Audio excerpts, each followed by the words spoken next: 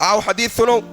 हजरत फदाला रज़ी अल्लाह तआला अन्हु रिवायत करते हैं, निसाई की सही हदीस है, अल्लाह के नबी सल्लल्लाहु अलैहि वसल्लम ने फरमाया, क्या? अल्लाह अकबर, अना ज़ईमुन, मैं जमानत देता हूँ, मैं जमानत देता हूँ उस शख्स के लिए जन्नत के अदना हिस्से में एक घर की। अल्लाह अकबर, किसकी जमानत? नबी की जमानत। वमा अंतिकु अनिल हवा इन हुआ इल्ला वह्युन यूहा, नबी अपनी तरफ से कुछ नहीं कहते, वो कहते हैं जो इन पर वही की जाती है।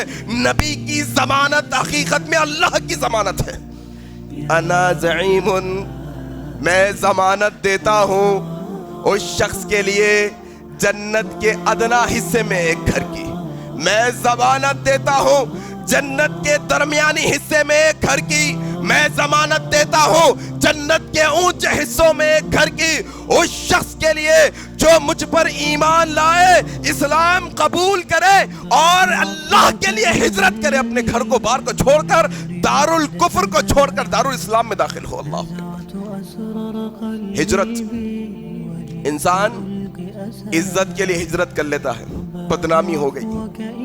इंसान लूट मार के हिजरत कर लेता है, इनका माल हड़प लिया, उनका माल हड़प लिया, फिर हिजरत कर लिया। इंसान पैसे की कमाई के लिए हिजरत कर लेता है, फलाना जगह जाऊंगा, हिजरत करूंगा, पैसा कमा कर।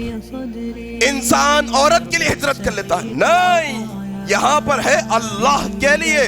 जो हिजरत करेगा, अल्लाह के नबी ने जन्नत के अदना, जन्नत के दरमियानी, जन्नत के ऊंचे हिस्सों में एक घर की जमानत दी है। अल्लाह अकबर।